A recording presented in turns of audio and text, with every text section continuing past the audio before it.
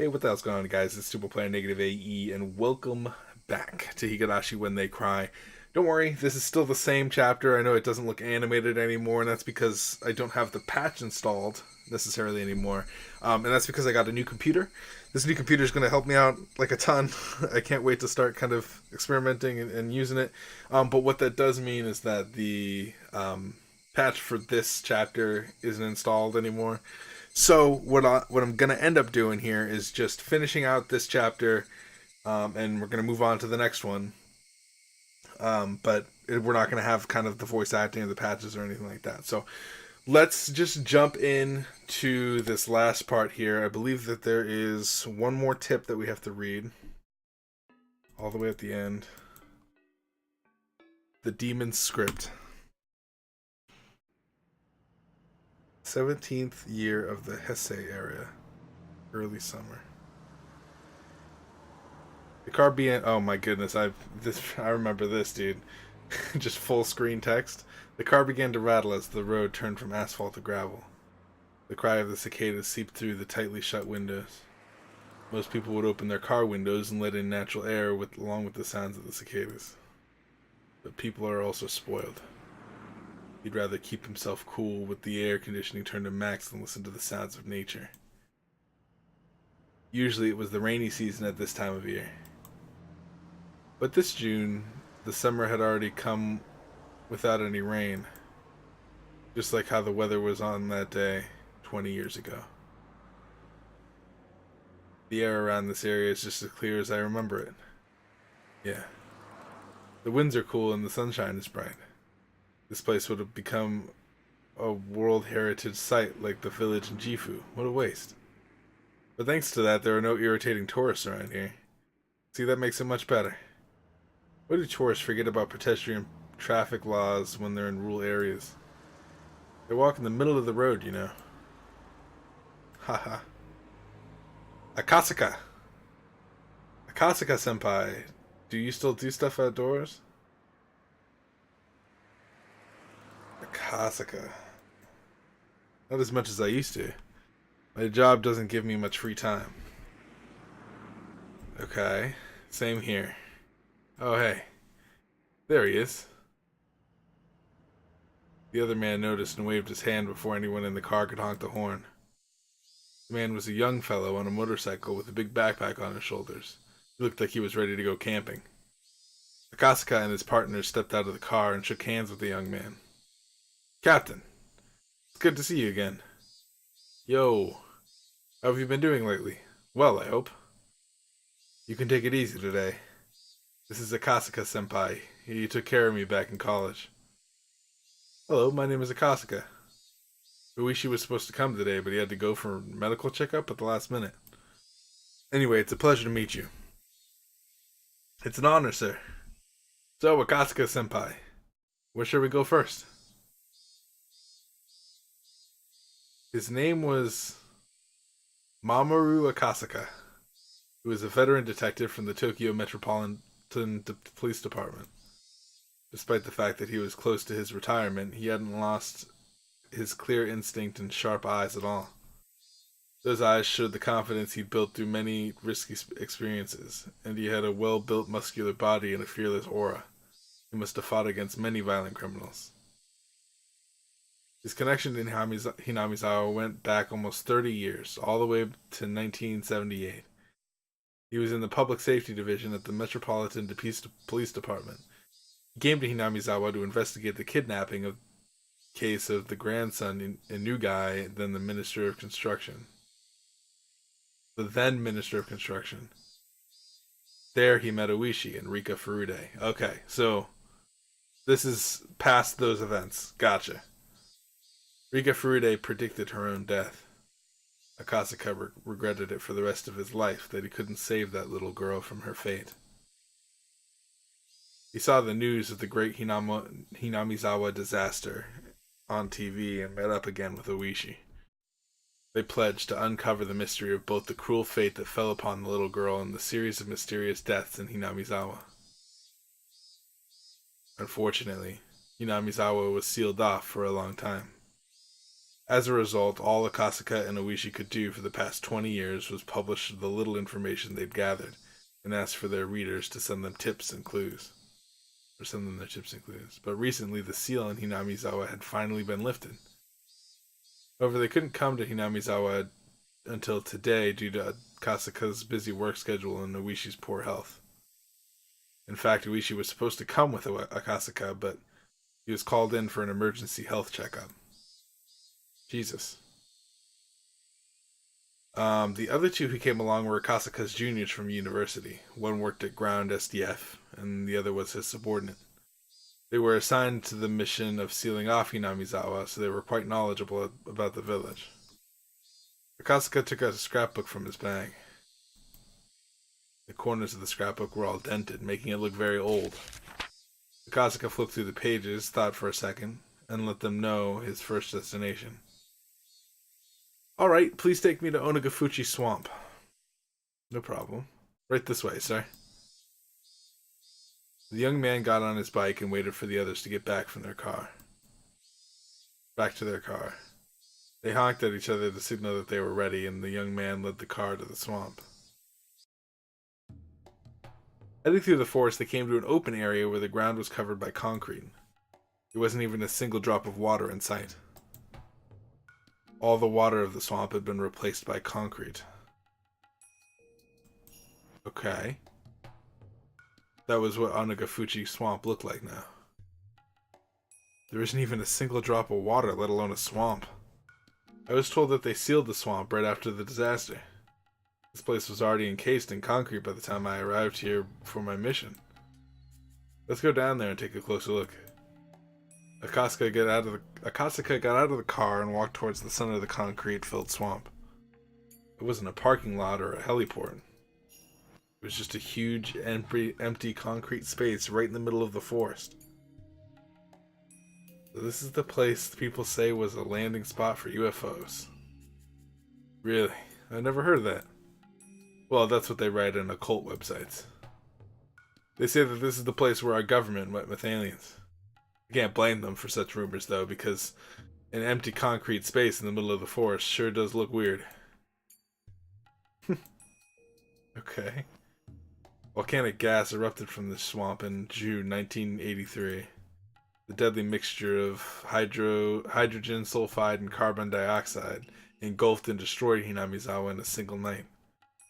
The village was sealed off and the SDF covered the swamp with concrete. But the people who wrote those rumors on the internet actually have a point. Any geologist could tell you that covering a source of volcanic gas with concrete is absolutely useless. That's true. I've never heard of anyone trying to prevent a volcano from erupting by pouring concrete into its crater. On the other hand, our country is known for wasteful construction using the taxpayers' money. Lately, people who love things like supernatural phenomena and UFOs write on the internet about the great Hinamizawa disaster. It's well known that the cause of the disaster was an eruption of deadly volcanic gas from a magma chamber. In 1986, a similar natural disaster occurred at Lake Nyos in Cameroon, Africa, so people easily believed that such a rare natural disaster could occur anywhere on Earth, and that was what happened in Hinamizawa as well. However, a rumor about another possible explanation had begun to fly around on the internet recently. They say that the disaster was a cover-up by the government, and that it was actually a biochemical terrorist attack by aliens.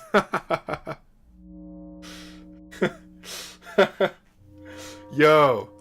And so, see, there's a reason why we were so on board with Rena's fucking theory. Granted, it is the internet, so it could be wrong, but who knows? Why had such a rumor begun to spread now? They claimed to back up their theory with a secret document known as File Number 34. Someone online named it File Number 34 for descriptive purposes, but the name spread and stuck since then, since it sounded like a government conspiracy. People loved it. It's unknown how or from where they obtained these documents, but they posted scans and pictures, which were all ridiculous. Plus, more fake evidence was produced over time, so now even the existence of such documents are in doubt. Oh, it's just the scrapbooks? File number 34 deserves a bit more explanation. However, since it started on the internet, truths and lies were all mixed together, and it has become more of like an urban legend. So this is what is believed to be mostly true. File number 44 was a notebook written by a nurse named Mio Takano, who worked in a local clinic in Hinamizawa. File number 34 was most likely named after her. This woman was a researcher who studied the demon myth of Hinamizawa and tried to solve what it meant.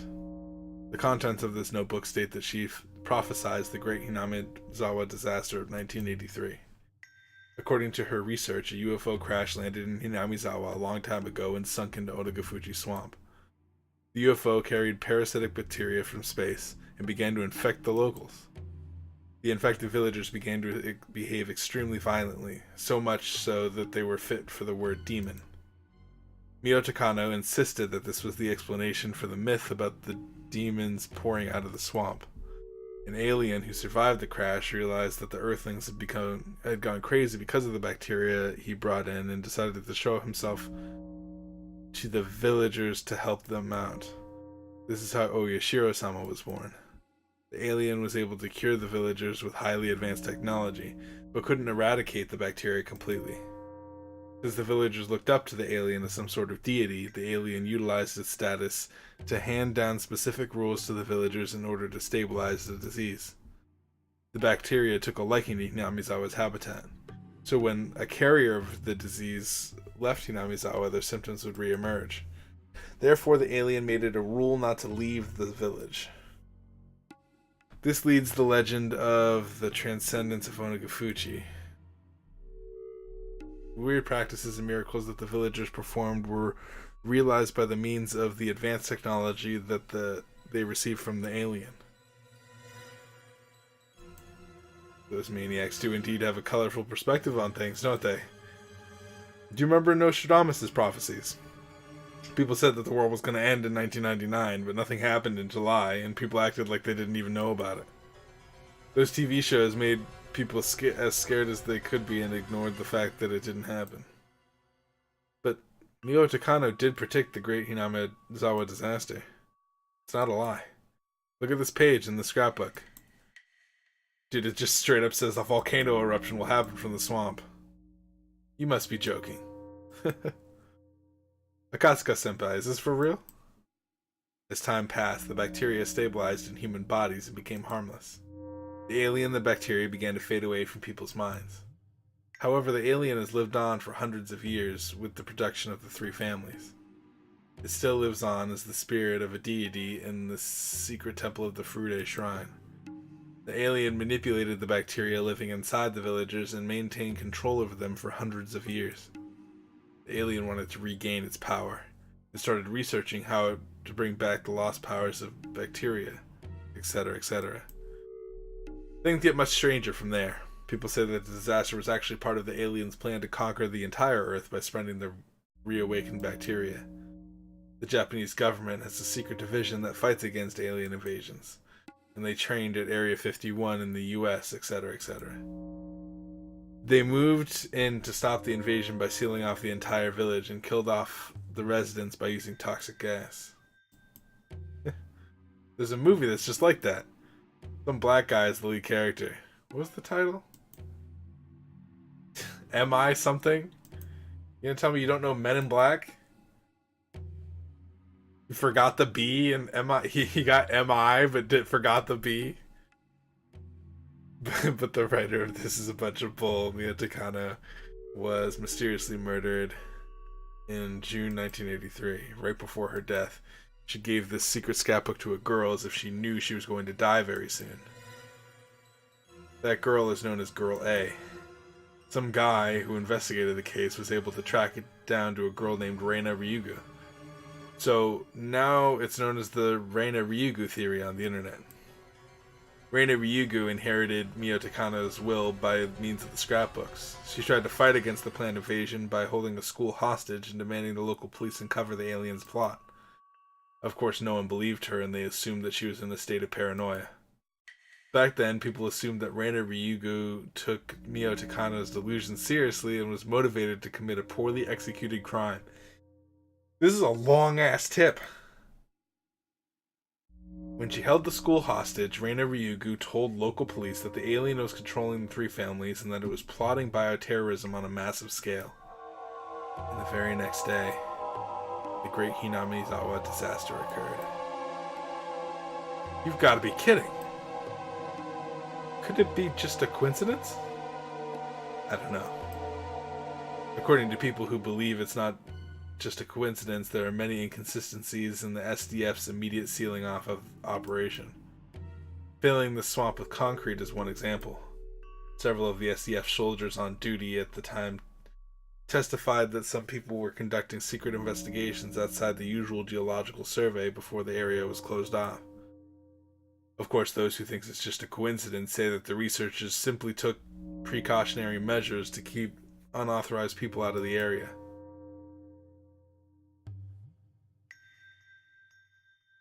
Huh. I'd have to agree with those people.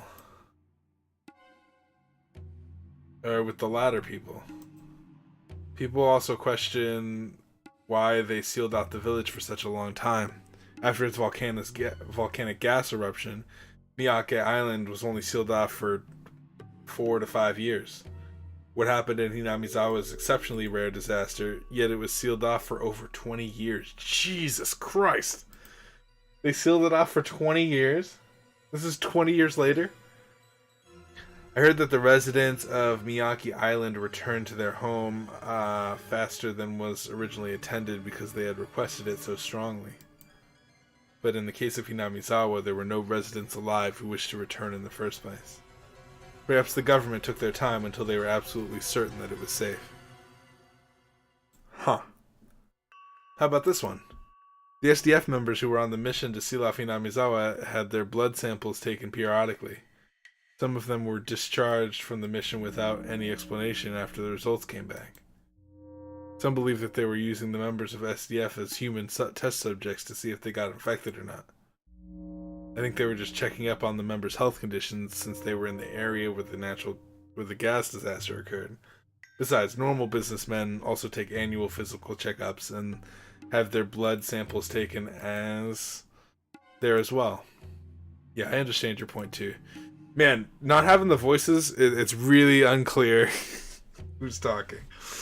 I understand your point too, but I have another interesting theory. There are some people who believe that there was no gas emitted during the so-called Great Hinamizawa disaster. No volcanic gas? What does that mean? Basically what they're saying is that there was no volcanic gas and it was some sort of government cover-up. It's like in the Spielberg movie, where the humans make contact with UFOs. See, that's exactly how maniacs always explain things. What kind of basis do they have to say that there was no volcanic gas emission? Well, a bunch of those maniacs came to Hinamizawa as soon as the seal was lifted. According to them, the hydrogen sulfide, the volcanic gas, should have caused some corrosion to metallic objects and major damage to wildlife. However, they found no such signs of disruption, which led them to the claim that there was no volcanic gas to begin with. But this village was abandoned for 20 years. I doubt that they could find anything anyway. Well, that's the thing with the internet. You can't believe everything you read on it. Akasuka-senpai, please don't tell me you're buying their stories.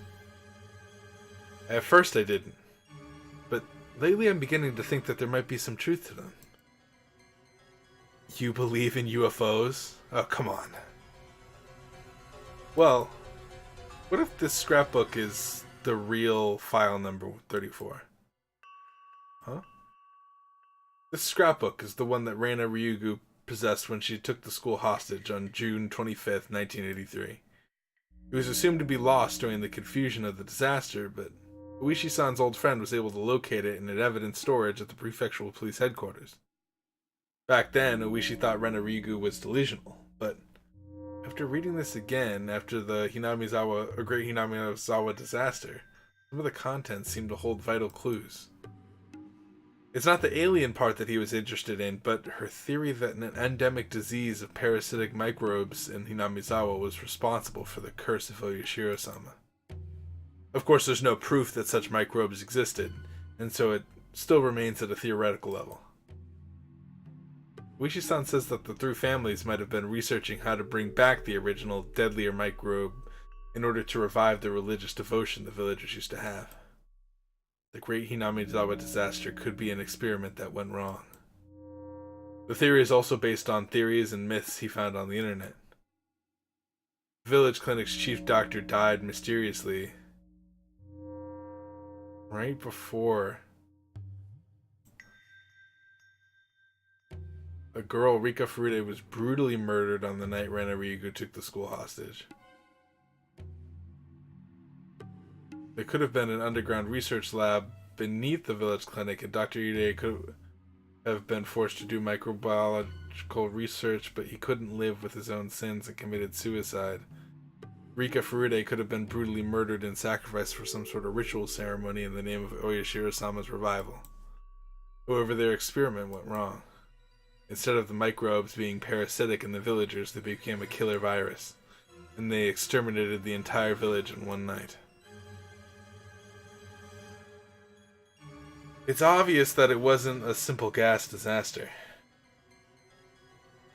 We can't ignore the fact that one girl predicted a bioterrorist attack right before the disaster, and that several villagers died mysteriously, including Mio Takano herself, who wrote about all that in the scrapbook.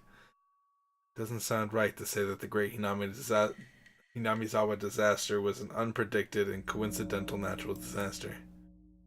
When you read this file number 34, it's obvious. You're saying the Great Hinamizawa disaster wasn't a rare natural disaster, but that it was in fact an act of bioterrorism by some cultists? In the modern era, everyone in Japan knows about the shocking incident where a doomsday cult created a nerve gas, sarin, and unleashed it for the purposes of mass murder. But in the 80s, the idea of a single cult being able to carry out such an act of terrorism didn't even cross our minds. Also, some whisper that the SDF kept the area sealed for so long that they could study some lethal virus, but I'm not convinced. At least the story sounds more convincing than the one with aliens and UFOs. The idea of cultists and domestic terrorism sounds more rational. Maybe there really was a UFO that crash landed. When Reina Ryugu took the school hostage, one of her demands to the police was to have them pull out the wreckage of the UFO from Onagafuchi Swamp. That's ridiculous. Well, even if I wanted to make sure it's ridiculous or not, look at it. The swamp is filled with concrete, several meters thick, and there's no way we can check. This is all because of that ridiculous construction that doesn't even do anything to prevent the volcanic gas. Well then, only one way to prove Akasaka Senpai's theory would be to find a survivor of Hinamizawa and find that microbe in him or her. Sadly, that's almost impossible. After the Great Hinamizawa disaster, some survivors were subject to a witch hunt. So even if there are any survivors, they won't tell you that they're from this area. Right after the disaster, some people who were from Hinamizawa started displaying erratic behavior. When they started dying mysteriously and committing suicide in strange ways, people got scared of them and chased them out of their neighborhoods. The government was practically useless in protecting their privacy at the time, so the former residents of Hinamizawa lied about where they were from, and have kept it that way since. In that case, Jesus Christ, this is a long tip. In that case, it's a dead end. But it's my duty as a cop to keep trying. There's enough circumstantial evidence to say that the Great Hinamizawa disaster wasn't a natural one. If I could grab hold of one piece of concrete proof, I think I could start reeling in the truth behind all of this. Yeah, but it's been over 20 years. The truth might be lying somewhere very deep in the darkness. It's true. I might not find any answers. It's already the 21st century. What happened in Hinamizawa was in June 1983. The only factual evidence I had was that Mio Takano mysteriously died and left her scrapbook predicting a bioterrorist attack. A young girl took a school hostage to make people listen to this prediction, but nobody took it seriously. The chief doctor of the village clinic committed suicide. People believed that a little girl, Rika Furude, was a reincarnation of Oyashiro-sama, and she was brutally murdered. What was the truth behind this scrapbook? Was it written to reveal a huge conspiracy? Or was it just a bunch of delusions written by an occult maniac? If the contents of this scrapbook were true, the disaster could have been avoided if we heeded the warnings of one girl. If they weren't true, then who created the disaster to follow the scenario of the scrapbook? After the Sarah nerve gas incident, the words mind control came into spotlight. In contrast to brainwashing, which can easily force a person to commit certain acts in the short term, mind control takes a long time to gradually make a person believe that he or she must do that what he or she must do is the right thing to do and act upon it as if it was his or her own idea. It's a form of character alteration which is far more serious than brainwashing. The cult behind sarin gas incident induced fear and anxiety into its members through its revelations of doomsday.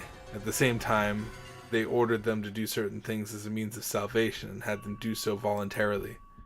The formula was quite similar to how Randa Ryugu became a puppet of file number 34. So does that mean Randa Ryugu was mind controlled by someone? Does that mean that the cult that mind controlled her tried to cause the end of the world in order to increase the credibility of their teachings? Just like the other cult did? Would that make file number 34 some sort of religious textbook for them? When I lose my grip on what's true and what's not, it sometimes makes me feel that someone might be laughing in amusement at this disaster. This scrapbook was like a script. It was like a script for a tragedy that takes the lives of thousands of villagers in one night. It was a script for demons who laugh at the loss of human life. Someone wrote the script. Someone performed it. Someone watched the show and laughed. Damn it. What the hell happened in Hinamizawa, June 1983? Fucking Jesus Christ. That was kind of like a precursor to the next chapter to make you want to read the next chapter. I don't know. I mean, that was a long ass tip, but I do want to like talk about it for just a second, because I know we got to get into this staff room deal. The problem with the parasite theory is there has to be like a person that is the alien, and I guess that could be Rika, but Rika was murdered brutally. You when you think about who is what and what is who, it makes sense to blame Satoko for everything, which is interesting to say. And the reason why I want to blame Satoko for everything is because she's okay. If I'm a writer, right, looking at this from the point of a writer, I want to make this twist super crazy, right? Someone that you wouldn't necessarily expect, but someone that if you like took all the information correctly, you would be able to look back and see the signs. And something that calls out to me, something that really, really, really calls out to me, is the fact that Satoko is the only one that survived, at least in that one chapter.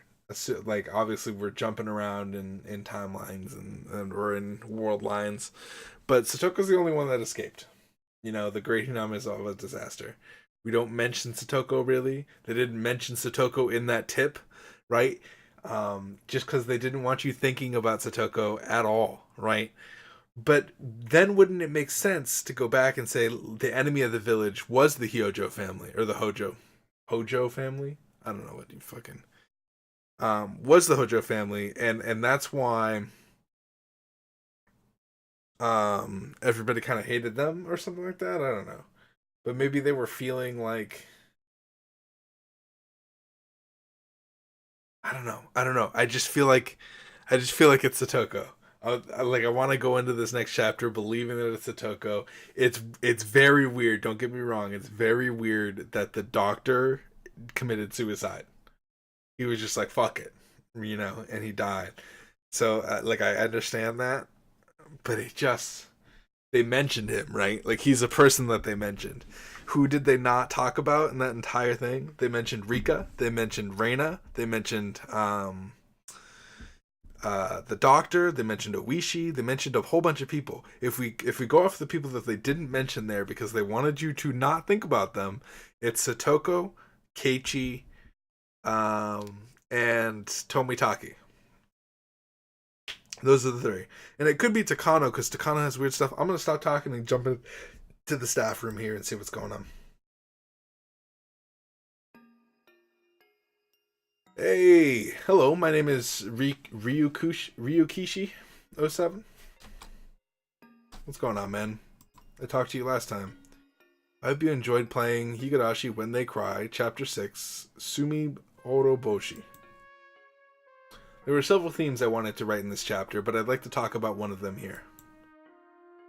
It's about the denial of murder. This is something I had to write sooner or later, so since this is a novel about serial murders.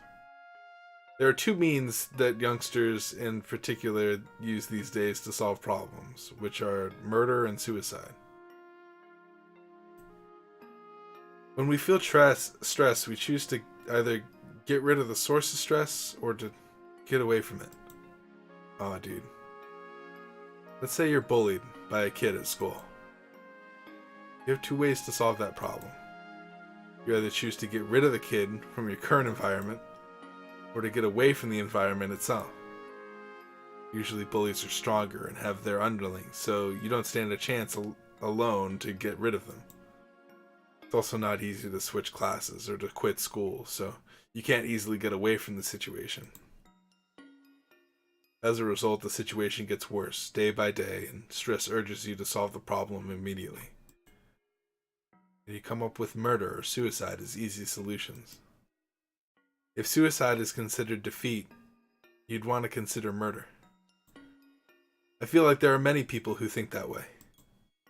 However, if you actually committed a murder, it wouldn't be easy to pay for the sin. I believe murderers know that well too. But you really hate the bully who pushed you to the limit where you have no choice but to kill him. So with a determination that turns your entire life upside down, you commit murder. But if you have such strong determination, there have to be more ways than opting for murder, which should be the last resort. You can talk to your friends. If that doesn't work, you can talk to your family. If that doesn't work, you can talk to your teacher. If that doesn't work, then what? Dude, this man's speaking some truths, though. Some truths. There have to be more ways.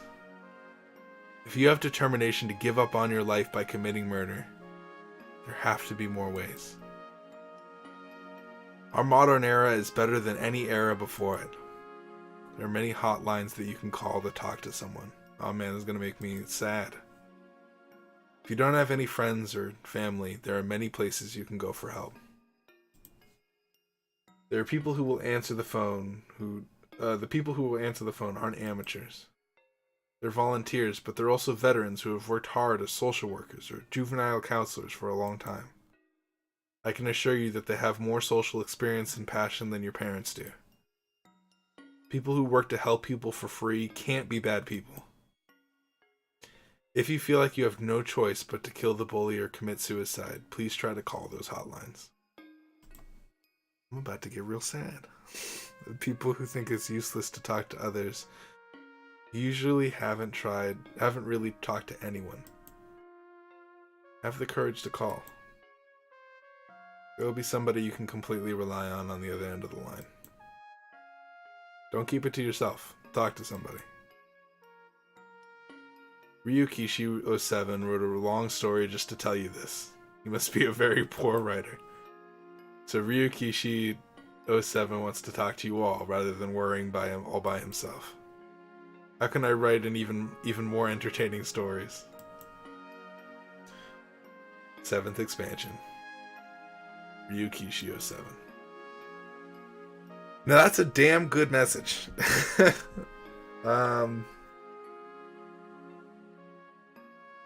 I think everybody struggles with. I mean, the human condition is just. And I've seen it around. It's just that you're always kind of sad. It's hard to be happy. It really is.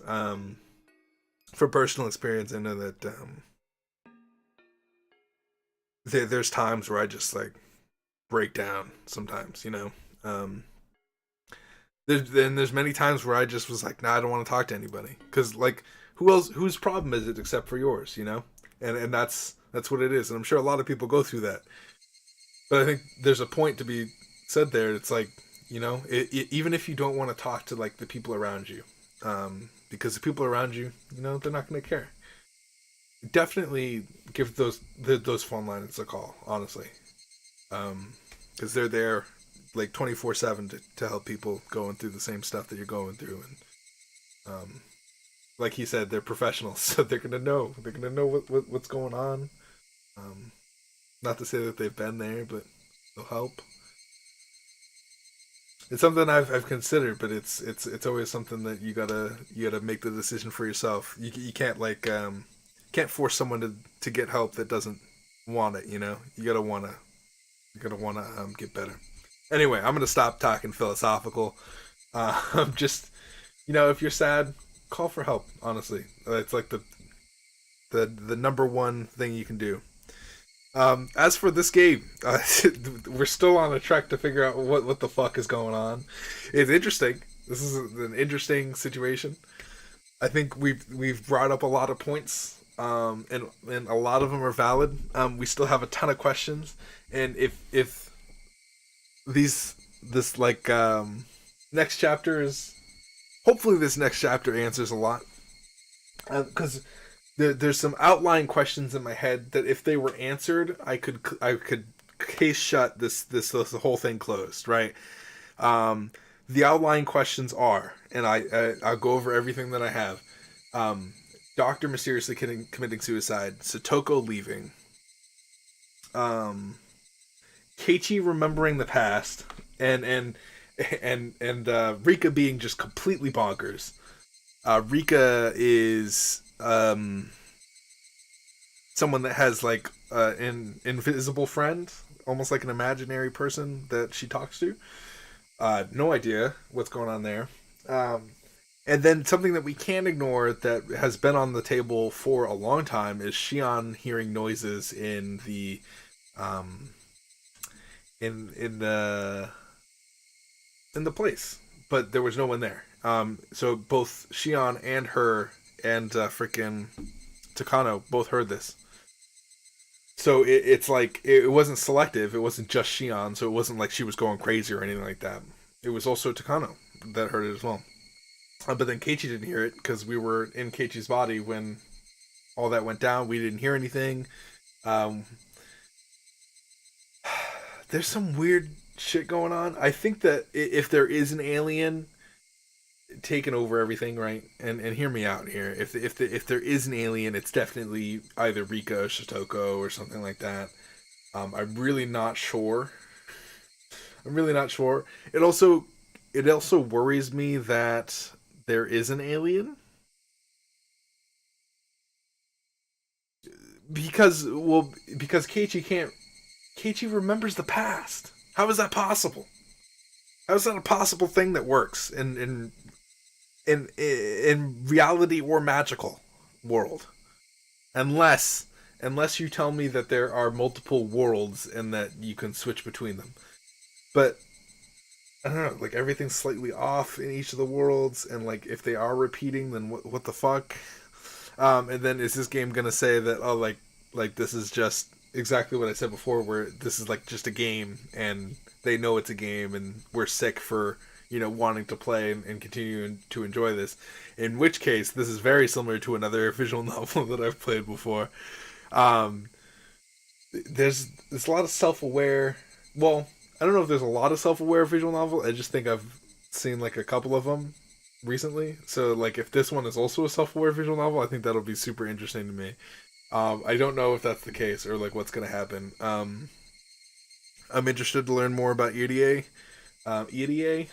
because I feel like he's maybe a bigger part than he lays on to be. especially if he's committing suicide right before everything goes on, unless he was made to do that. I don't know. I have no idea. And then to keep cover it up for 20 years, that's some interesting information too. Where the government's just like, let's just keep this under wraps for 20 fucking years. Odd stuff, man. Odd stuff. Thank you guys so much for sticking with me through this chapter. We are done with what is this, chapter 6, and then we're moving on to chapter 7. I'm gonna try and install the patch, so it might be a couple days before we see another Higurashi. Um, that being said, there's some other stuff on the channel if you guys want to check it out. There's the Plague Tale Innocence, which I'm kind of enjoying a little bit.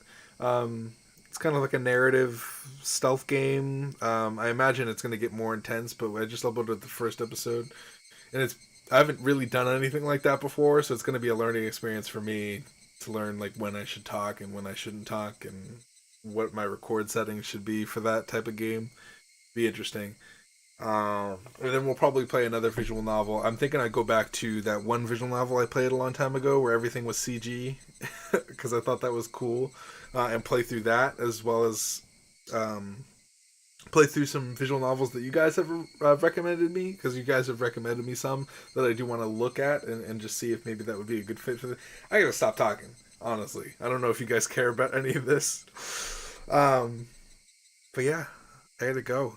Thank you guys so much for watching. We're going to continue this next time. I'll see you guys all very soon. And peace out, you guys.